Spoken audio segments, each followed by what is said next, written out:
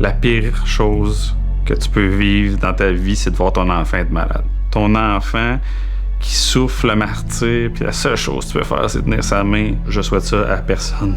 C'est la chose la plus dure au monde. Ouais, on l'avait pas planifié, ça. C'est arrivé soudainement, du jour au lendemain.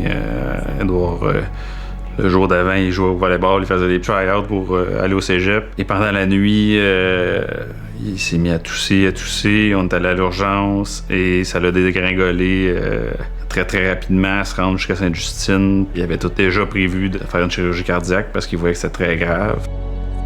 La journée que j'ai eu une nouvelle, là, c'était vraiment rough. Là, j'étais avec mon père, puis vu que mon père avait tout vécu, il m'a beaucoup conforté, là, parce qu'il disait... Oui, parce que ton père a vécu la même chose que tu. Exactement. Fait que le fait qu'il ait vécu, ça m'a conforté de fou.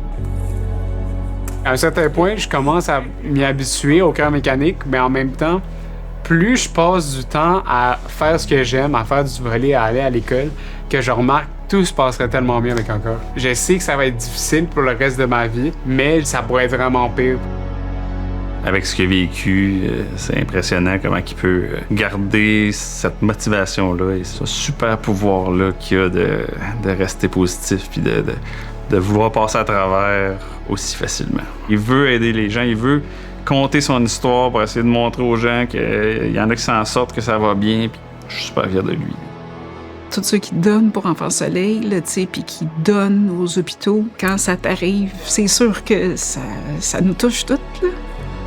Qu'est-ce que tu dirais à un jeune qui présentement traverse quelque chose de difficile à l'hôpital ou même à la maison, là? Essaye de faire quelque chose de nouveau chaque jour. Moi, au début, c'était juste me lever sur le bord de mon lit. La journée d'après, OK, je me levais debout. La journée d'après, je marchais un pas. Dites-vous que, éventuellement, tu vas être correct. Il est extraordinaire, cette enfant-là.